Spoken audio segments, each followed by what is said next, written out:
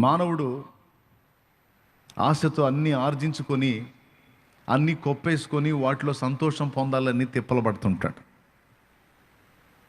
కానీ సంతోషం, ఆనందం అనేవి మాత్రం మానవుడు వెతుకుతున్న ఈ భూ సంబంధమైన వాటిల్లో మనకు దొరకవు. అవి మనల్ని సృష్టించినటువంటి ఆ సృష్టికర్తే మనకు అనుగ్రహించాలి. ఆ మాట నేను చెప్పలా, బైబిలే చెప్పింది.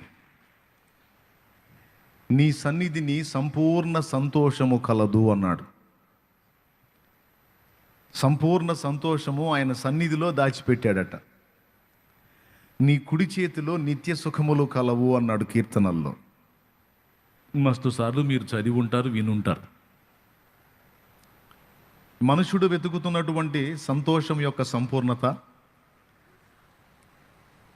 మనుషుడు వెతుకుతున్నటువంటి సుఖము అనేది ఆయన సన్నిధిలోనూ ఆయన కుడి చేతిలోనూ పెట్టుకున్నాడట. ఇప్పుడు